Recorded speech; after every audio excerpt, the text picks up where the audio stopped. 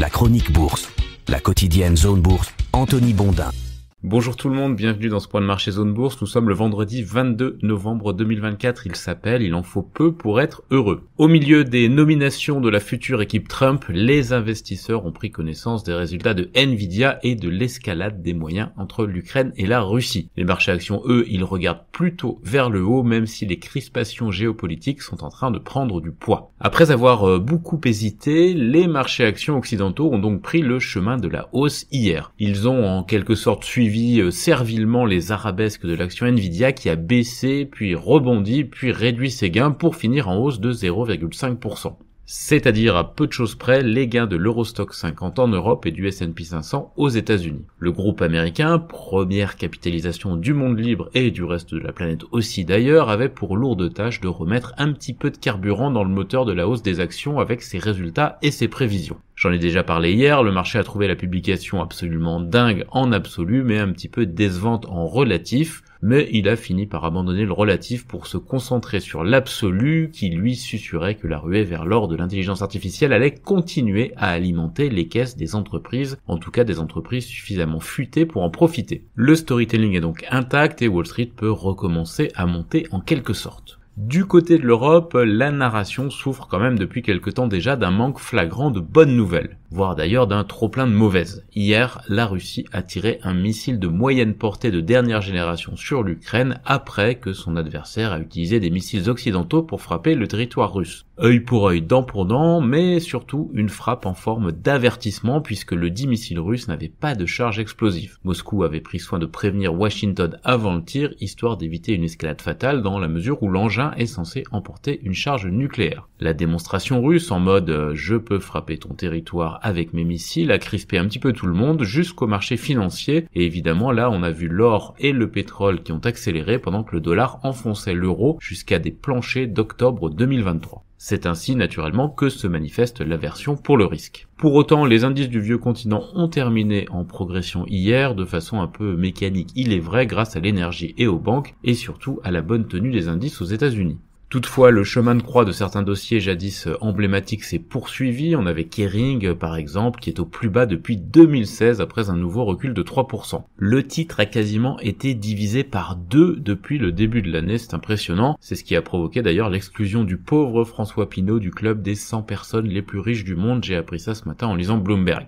L'hiver du luxe est aussi évidemment à l'origine de la baisse de 5% du CAC 40 français cette année. Il souffre de la comparaison avec les 25% de hausse du S&P 500 aux États-Unis. Par contraste et par le biais d'un passage du coq à l'âne dont j'ai parfois le secret, le Bitcoin poursuit son ascension en direction des 100 000 $. Le patron de la SEC, Gary Gensler, va d'ailleurs démissionner le 20 janvier prochain lors de l'arrivée de Donald Trump aux commandes. Il était réputé, Gensler, pour sa prudence vis-à-vis des actifs numériques et il ne sera donc pas vraiment regretté par la communauté des crypto-fans. En parallèle, il se murmure que le monsieur crypto voulu par la Maison Blanche pourrait être Chris Giancarlo, l'ancien président de la CFTC.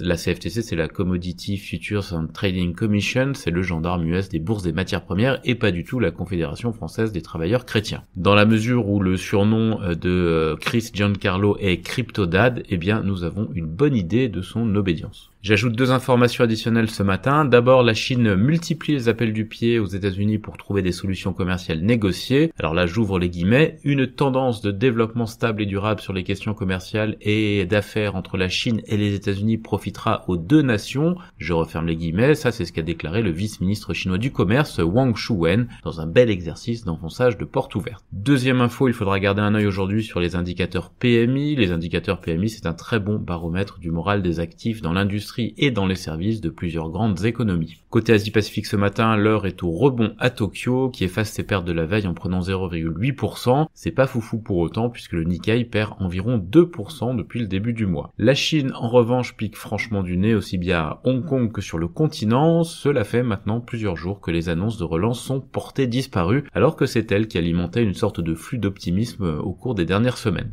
D'ailleurs, excellente illustration, l'indice Hang Seng qui avait flambé de 17,5% en septembre a reperdu 4% en octobre et accuse déjà un passif de plus de 5% en novembre. Du côté de l'Inde, on assiste à un rebond de près de 1% en dépit de l'offensive judiciaire américaine contre le patriarche du groupe Adani et ses pratiques présumées de corruption. Le marché indien reste en hausse en 2024, mais les dernières semaines ont montré que les investisseurs ont arrêté de faire des chèques en blanc pour s'exposer au pays le plus peuplé de la planète. Côté Corée du Sud et Taïwan, le ouf de soulagement sur Nvidia entraîne les indices locaux sur des progressions marquées. Enfin, à Sydney, l'ASX gagne 0,8% et boucle la semaine, il faut le souligner, sur un record. Les indicateurs avancés européens, ils sont prudemment haussiers à l'heure où j'enregistre, autour de 8 heures. Dans l'actu des sociétés, en France d'abord, Thales est sous le coup d'une enquête pour pots de vin et corruption au Royaume-Uni et dans l'Hexagone. C'est une mauvaise nouvelle pour le groupe évidemment. Sartorius Cedim Biotech ouvre un nouveau site aux États-Unis. Worldline a émis 500 millions d'euros d'obligations, ce qui a permis de réduire ses coûts d'emprunt et d'améliorer la maturité de sa dette. Boiron va supprimer 145 emplois en France. Lighton a levé 11,9 millions d'euros dans le cadre de son entrée en bourse à Paris.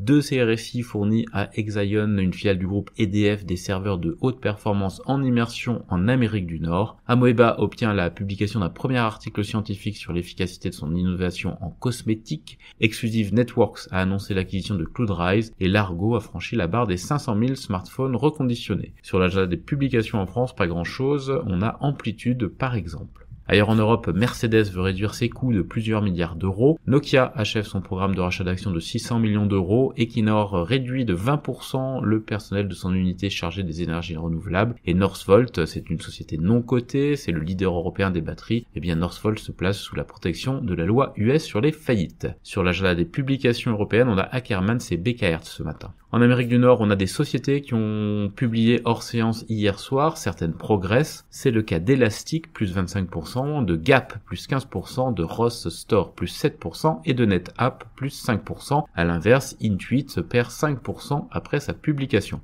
Alphabet a terminé la séance de la veille en vive baisse après la pression exercée par la justice américaine pour une cession de Chrome. Amazon devrait faire l'objet d'une enquête antitrust de l'UE pour avoir favorisé les produits de sa propre marque sur sa place de marché. Le président d'Alimentation Couche-Tard, le groupe canadien, n'a pas l'intention de lancer une offre publique d'achat hostile sur Seven & i, le japonais. Citron Research, le vendeur à découvert, a révélé une position courte sur MicroStrategy. Apple fait tout pour créer une version plus conversationnelle de Siri pour 2026, révèle Bloomberg. DirecTV a informé EchoStar de son intention de mettre fin à l'acquisition de Dish Network. Quikrete est en négociation avancée pour acquérir le producteur américain de ciment et de béton Summit Materials. ExxonMobil se retire des négociations avec le Guyana au sujet d'un bloc pétrolier en eau peu profonde selon le gouvernement local, et Boeing a remporté un contrat de 2,4 milliards de dollars pour fournir 15 avions ravitailleurs KC-46A à l'armée de l'air américaine. Du côté de l'Asie-Pacifique et du reste du monde, les salariés syndiqués de Samsung Electronics ont refusé une proposition d'accord salarial. Mitsubishi Corporation, BP et leurs partenaires prévoient d'investir 7 milliards de dollars dans un projet de capture du carbone en Indonésie. Nissan va supprimer ou transférer 1 millier d'emplois en Thaïlande selon les infos de Reuters. WiseTech revoit à la baisse ses prévisions pour l'exercice 2025 à la suite de la controverse soulevée par son ancien PDG, et le prix d'IPO de Kioxia à Tokyo est de 1390 yens par action. Voilà tout ce qu'il fallait savoir pour cette dernière séance de la semaine. Je vous souhaite une excellente journée et un très bon week-end à toutes et à tous.